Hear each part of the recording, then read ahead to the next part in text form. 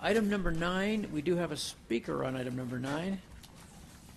I'd like to ask Henrik Beckman, CELOS. Henrik, maybe you could tell us what is CELOS. Thank you. Anyway, you have 5 minutes, and we will start when you start. Thank you very much. Mr. Chairman, members of the committee, thank you very much for taking time on what's obviously a busy meeting to listen to our deputation. So my name is Henrik Beckman. I'm a software developer. I'm here today on behalf of CELOS. I'm most of the time the webmaster for CELOS. CELOS is a small nonprofit charitable organization. It stands for the Center for Local Research into Public Space and does research into the uses and possibilities of public space for the people who share ownership of that space, namely all of us. You may know of CELOS through its longtime collaboration with city staff at Dufferin Grove Park and other parks in Ward 18. You may also know CELOS through some of its websites, which I can speak to as webmaster, cityrinks.ca, for example, dufferinpark.ca. I just looked it up, and our collective websites had something like 284,000 visits over the past year, and almost 750,000 page requests, so they're fairly busy. As it relates to today's deputation, CELOS's work also involves looking critically at allocation of resources to city programs. And let me just say at the outset that I'm really here to do two things. One is to support the auditor's report, which we think actually is very accurate and raises important issues that we also saw with particularly phase 1 of the energy retrofit program. And the second is to sort of encourage you to consider adding a 7th recommendation, which boils down to ask the frontline staff how they think they can help to make this program work. So let me just quickly go through my reasoning here. So one of the example of us looking critically at the way resources are allocated to city programs is obviously the energy retrofit program under discussion here. This program, as you know, is funded by loans that are being repaid out of operating costs. In theory, the costs are supposed to be more than offset by the savings. But if that doesn't happen, as the auditor strongly suggests it has not, then in effect money is taken away from operating programs, and the people who pay are the people of Toronto in the form of reductions in service and therefore opportunity. The matter of fees being raised is another concern here. Obviously, we'd prefer for unnecessary costs to be reduced before fees are raised, which we see as a barrier to people using public space. So CELOS became interested in the energy retrofit program in 2004 when we heard that there was a plan in place to contract out substantial retrofits. After we received an anonymous email showing that most rinks had no reliable baseline figures for energy costs, for later comparison with the post-project results, we began to probe further, and we collected information. I see my time is slipping here. I'm just going to skip ahead a little bit.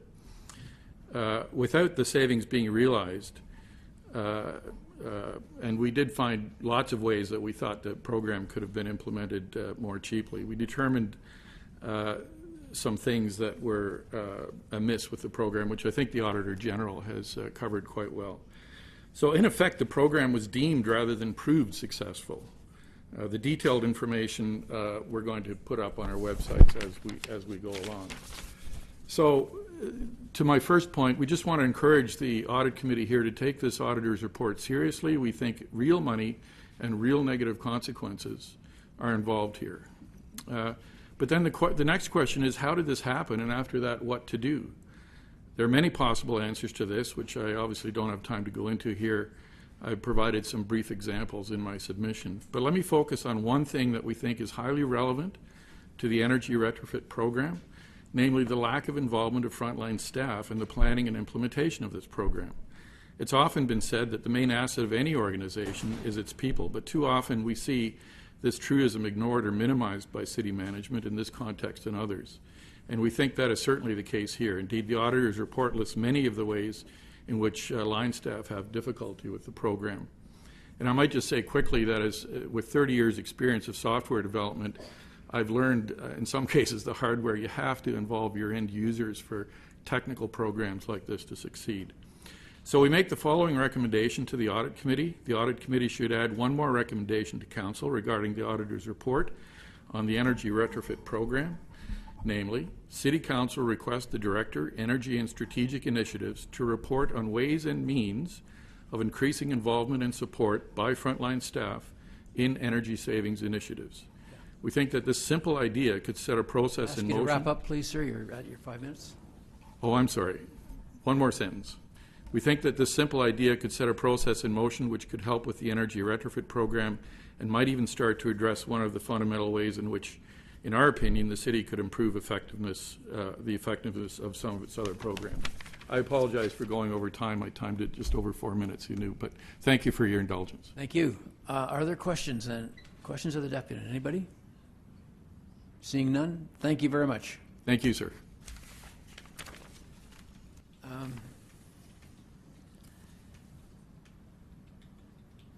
Mr. Auditor, are there any staff comments on this matter? Or? Not specifically. I think the deputation was pretty accurate from our perspective, or we feel it was. We have no additional comments, but certainly be prepared to take questions. Okay, questions of the auditor? Councillor Carroll. Yes. Well, maybe I'll start with the one that comes from the deputant, because talking about the effectiveness of the program with respect to the training out at the end site, and also I found interesting what also impacted whether or not we got a real bang for our buck was there's a comment in there about frequent change of staff where you don't have stable staff. So I'm wondering if staff considers that to be captured somewhere in these recommendations, or do we need an extra recommendation, as the deputant suggests, for you to take as one of the assignments here to deal with the training of the end operator, I guess we should call him, or her?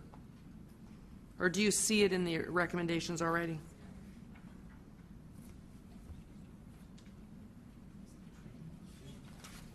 There's a question of stuff.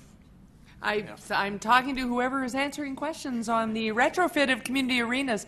I'm trying to speak into my microphone so you can hear me, but I thought there would be a disembodied voice from Parks and Rec emerge from behind me. There you are. Can we ask the people from Parks So and Rec? do you see that Their in the names, recommendations, or do we need to be more specific? Because it is in the report that it's an issue. Through the chair to the councillor, it's Janie Romoff, Director of Community Recreation. We have consulted with the auditor on that recommendation, and we also believe that through the frontline structure we're currently doing with staff, that the turnover rate with staff in future years will be much less than 30%. So we think that a number of those issues have been resolved once the frontline structure is implemented in the next few months. But you don't 100% have control over that. I guess what we're looking at, will a lead hand now have it in his brain, oh, I'm changing staff, I've got to make sure he's ready to run this thing. There will always be some turnover in our frontline staff in operations facilities, but we believe the turnover in future years will be much less than 30%. Okay. I had the time, because this one was pointed out to me pretty much the day the report was dropped, so I had the time to check back with 2 community centers in my area, and that was very definitely the thing. Because when these were first done, Pleasant View, for instance, I went in and, oh, it's terrible, the bocce court is freezing and the arena's too hot, I hate it. And within months, he was, I love it. He'd mastered it, he loved it, but it's been the same caretaker for many, many years, and he wrestled the beast to the ground and runs it and loves it. But he can't tell me the savings, and he can't remember anybody ever having come to do an energy audit before we started the work. Was there not an overall, we're going to do an energy audit before we do this? Because any homeowner knows to do that.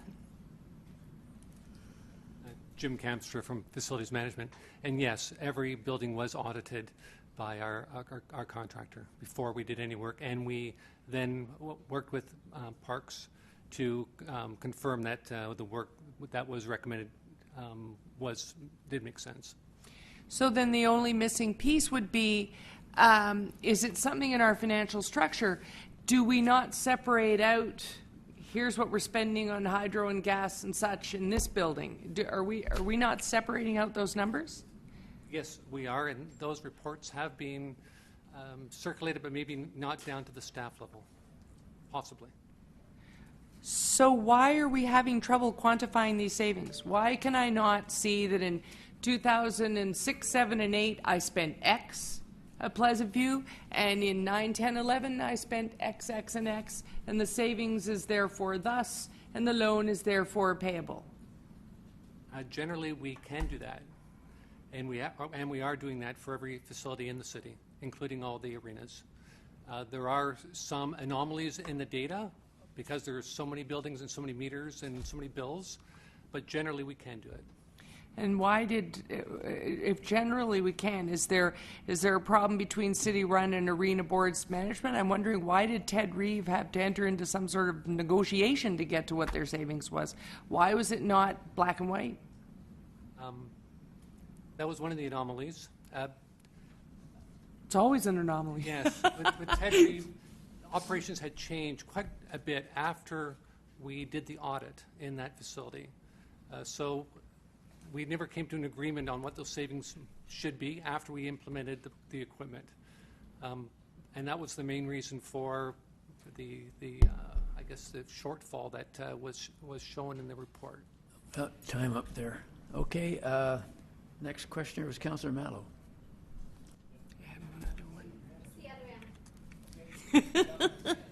It's the Ted Reeve Get us council. confused all the time. Yeah, 3 M's, go ahead. little brother. Thank you. I'm just winning. Okay. How much money did we spend on this system?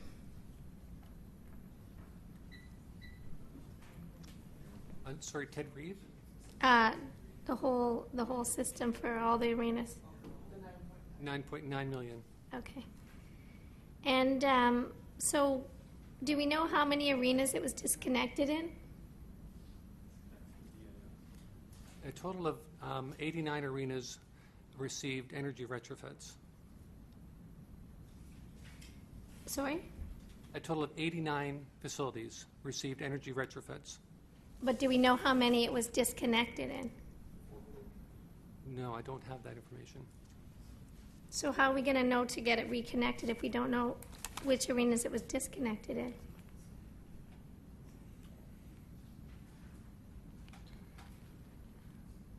Okay, that's a bit of a problem there, I guess. So no idea as to Could I just, what, do we know why they were disconnecting the system? could I just jump in for a second? Sure. And correct me if I'm wrong, but I think the councillor is talking about the building automation system that has been disconnected in a number of arenas.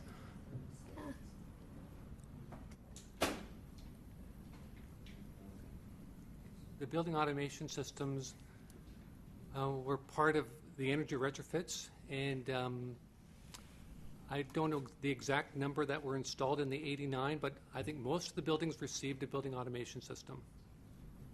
Some were more simple than others, but generally we installed a building automation system to control the energy-using equipment. I realize that, but I had heard that some of the systems had been disconnected. Wondering, number one, why they might have been disconnected, and in how many arenas they were disconnected in. Through the chair to the councillor, I can share some specific instances of why some of the disconnections took place, if that would be helpful. So in some cases, and I have 3 examples I can use without naming the facilities, the disconnections took place in partial areas of the facilities, not necessarily the entire facility. So work would be done on why a specific system was not operating properly. The contractor would be called in, as well as energy and facilities management staff, to make an assessment of what the appropriate thing to do. And in many cases, the decision was made jointly to disconnect the facility. And other measures were put in place to ensure that the systems were operating properly. In some cases, the repair costs for systems that were breaking down was more extensive than some of the investments had been made, and there was some judgment made in whether the systems should continue in that particular facility or in that part of the facility. In one facility, as an example, it was just an office area. In another facility, it was an entire ice area. Okay, and so, Janie, you're saying that because we're going to have less turnover, staff turnover, we're not going to have as many problems with the training. Are we doing anything else to make sure that staff is fully trained, frontline staff? I'm going to defer that question to my colleagues, because I think training is just one component of what some of the issues are. Yeah, and I think on that, we were down the road a little bit from when the initial systems were installed.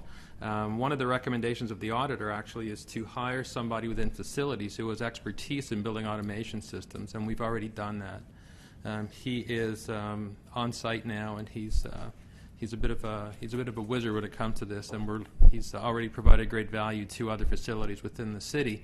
And the other aspect of BAS, or building automation systems, is that they lend themselves to central control. When you look at some of the larger buildings within the facilities fleet, Metro Hall, City Hall, they're now getting tied back into a central location. When that happens, we will know when things are disconnected.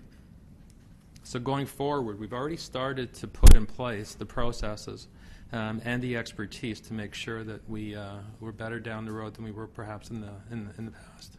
Okay, so that one-man show, that one-man wizard, is how would you get a hold of him? An arena would just have to call him and get him to come? Right now, yeah, that's the way it works. The building operators know who he is. They have his phone number, and he's readily available. Okay. And the frontline workers know that as well? Like all the staff of the arenas know they have his number tattooed to their hands or something? If they don't, that certainly is not an easy thing to remedy. We can make sure that happens. Okay. Okay, that's great. That's good. Good news.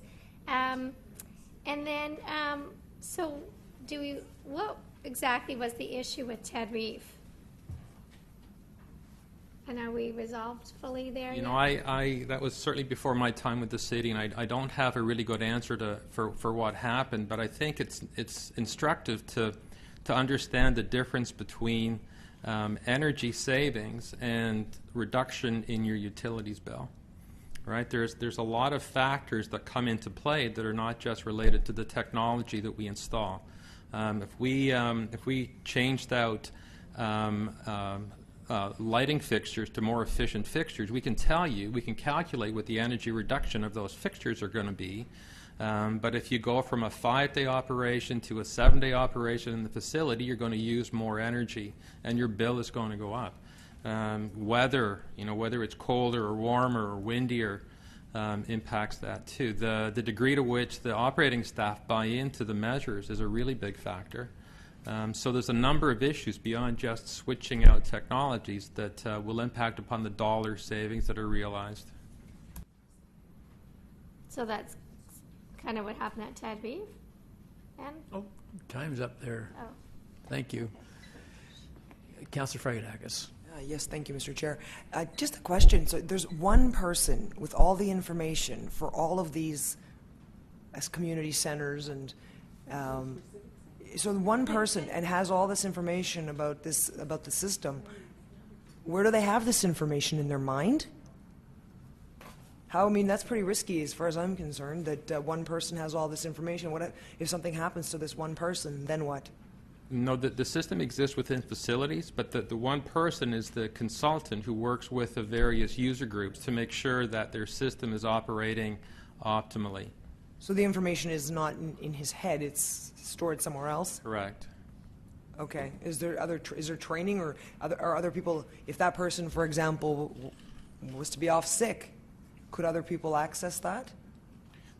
I think what happens too is that once you start to get the building operators comfortable with the systems that they're responsible for, they start to work amongst themselves, and you get support within the user community for the operations. So I think the intent was that, for example, with parks, there would be some key users, and we've seen this in other areas as well. There are key users, and when it comes to troubleshooting or operations, that they can work within themselves to figure out the more straightforward programs, and that our resource in facilities is the consultant on the more difficult You don't issues. think it's more efficient to perhaps cross-train people? You just think that they should figure it out on their own?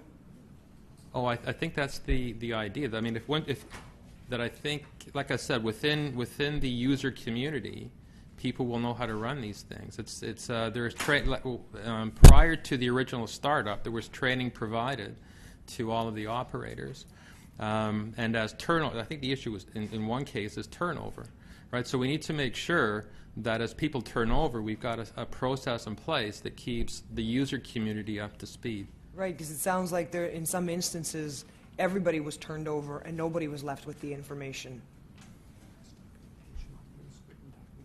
Yeah, there's written documentation as well. This is like in your house, right? It's your programmable thermostat. That's what we're talking about here. It's that kind of a system. It's a programmable operating system. Okay. I find it risky, but... Thank you, Councillor. Councillor Carroll, you had another question? Yes, I'm sorry to ask for a second round, but we'll consider it preparation, because I have a feeling that my learned colleague, the honorary 7th member of the Audit Committee, will probably hold this when we get to Council. Because I think we still need to wrestle to the ground. We've got the training piece, better training for the on-site users. Then we have this one troubleshooter help person who, to be fair, are we talking about the person who was actually hired to make us more comfortable in our civic center offices, but we're going to use him for help in the community centers as well?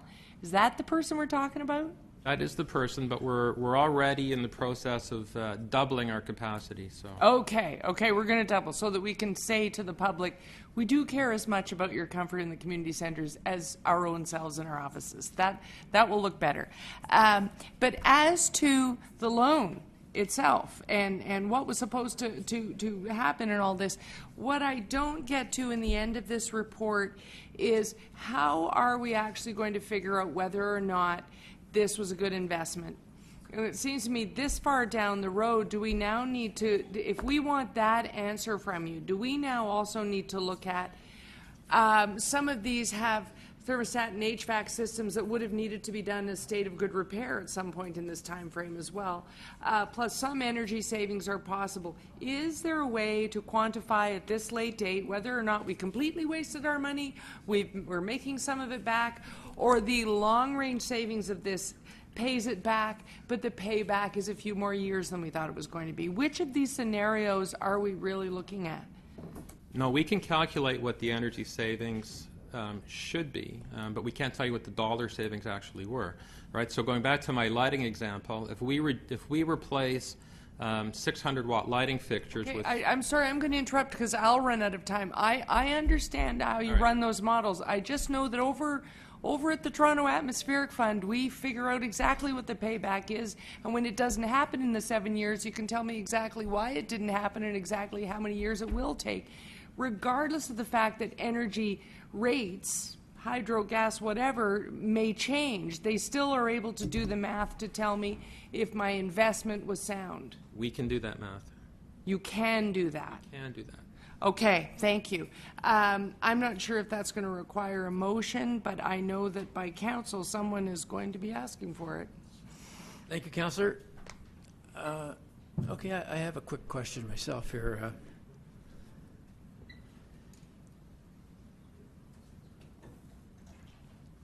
A couple of things about this report that bothered me. One was why we would put a system into a facility when the people working in the facility can't operate the system. Why would we do that? I think it's a matter of progress. I think when the systems were installed, the technology is relatively straightforward. It's a control system that's relatively new. The equivalent would be in your house, right? If you were to install a high-efficiency furnace, you'll get some benefit from operating that over the course of the winter, but you don't really get full bang for your buck until you take that little brass round thermostat off your wall and put the programmable thermostat up there, and you can program it to start and stop when you're going to be in and out. That's basically the gist behind the automation systems. It takes some of the decisions away from the operator. So it's not, and at the time, like I said earlier, there was training provided to all of the operators. I think I'd equate this to me buying a car I can't operate. Like, I don't know, what would I do with it? Leave it in my driveway and look at it, I guess. And that seems to me what's going on here. We've got a system that could save us money, but because no one knows how to operate it, they can just look at it, and we don't get the benefit from it. I guess the other thing I want to know is about measurable success. And is it not possible for us to accurately predict and then measure the success of the program so that we know when we spend X number of dollars that in a few years or whatever time we think is reasonable, we're going to get our money back? We can't do these things? No, I think there's two separate concepts there. One is we can accurately predict what the savings are. The issue is measurement. The buildings that we put these measures in are largely what we call bulk metered. Right? There's one big electrical meter at the front door. And if we go in and do a lighting retrofit, we don't measure specifically the changes on all the lights. We go back to the billing meter and do our measurements there. It's possible to measure all of the measures, but it's very expensive, and it's not the norm in the industry. But if you installed energy efficient lighting throughout this room and replaced the other sources that were drawing more power, wouldn't you be able to tell, without going to the meter at all, how much energy you actually would save? Yeah, we would calculate that based on the number of fixtures and the reduction in the power requirements of each of the fixtures. We would calculate that. Can't we do that with this program? Can't we get to the savings? Yeah, for sure we can. And I think that's what recommendation number 2 instructs us to do.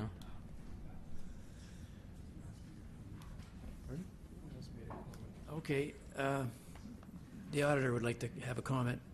Go ahead.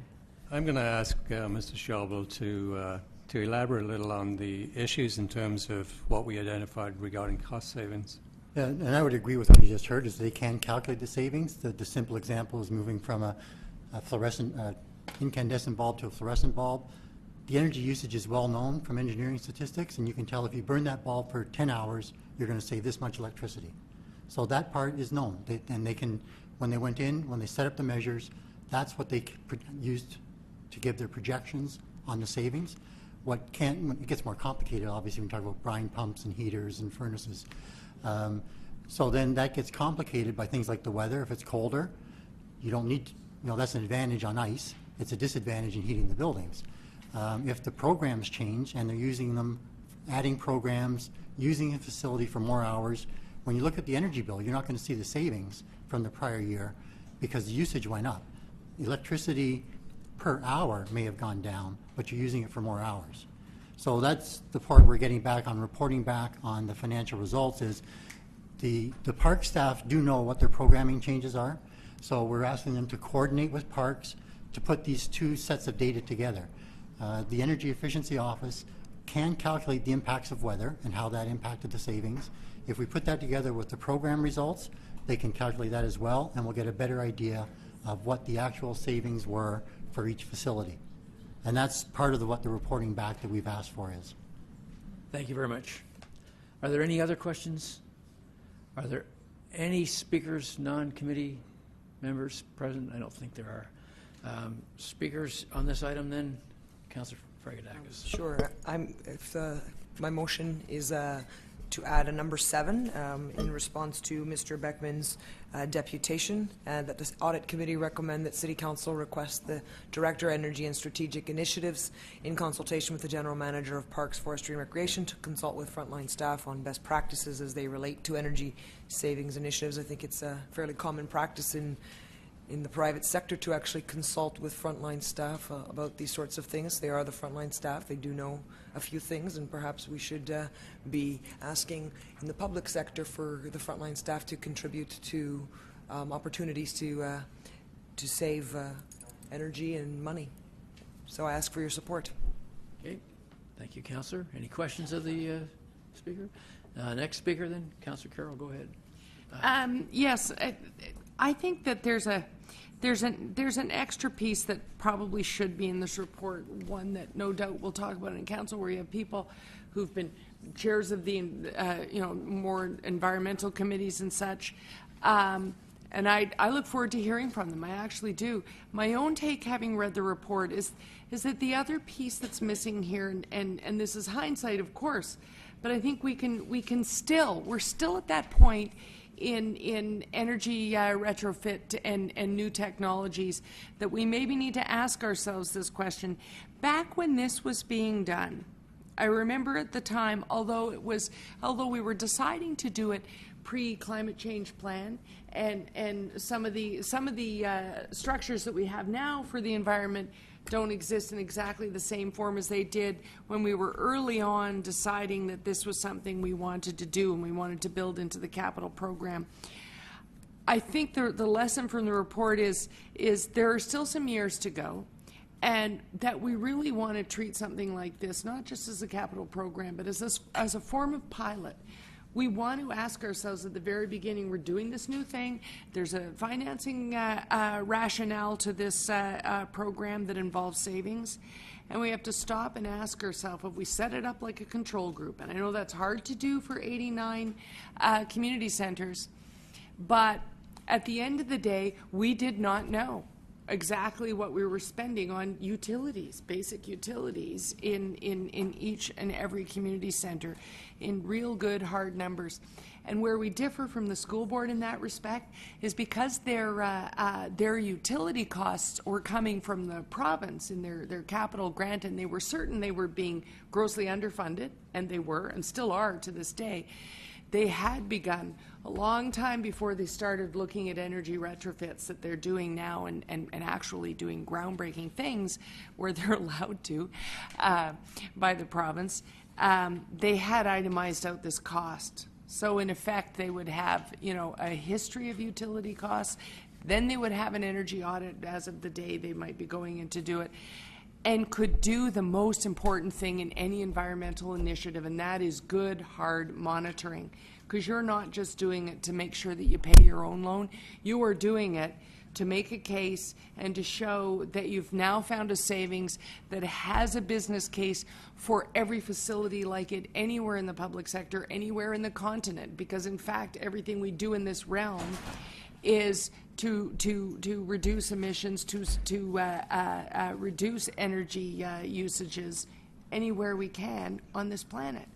And so that this is a somewhat lost opportunity is documented in the auditor's report.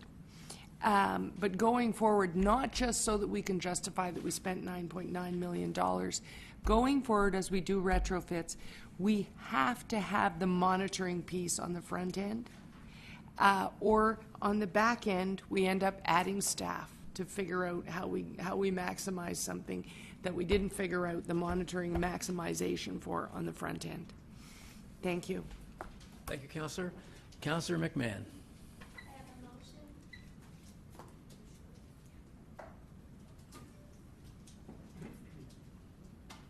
Okay. So I think that it's not as long as it looks, guys. Come on. It's only two. It's not as long as it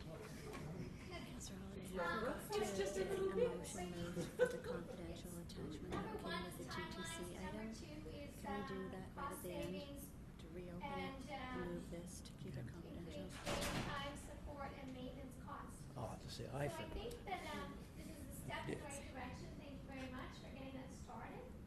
It is phenomenal. So I want to thank staff for that. I just worry about execution. It's a great idea. I'm all for energy efficiency.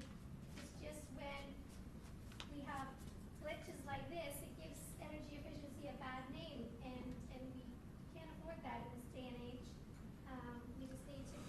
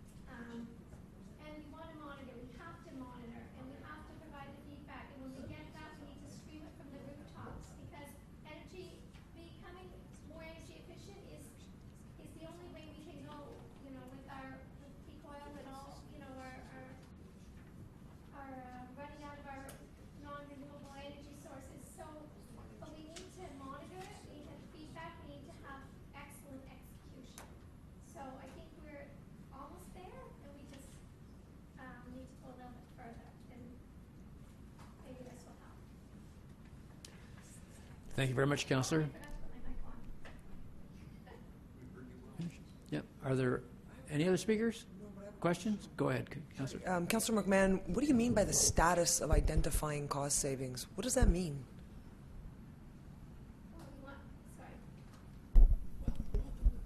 Yeah. Well, here, Councillor can answer. She can answer. Yeah. We're just Sure. updating what cost savings we have, where they are, where they're coming from, and the results so far, and future results. Just information. Okay, just the wording is a little odd, okay? Okay. Any other questions? Any other speakers?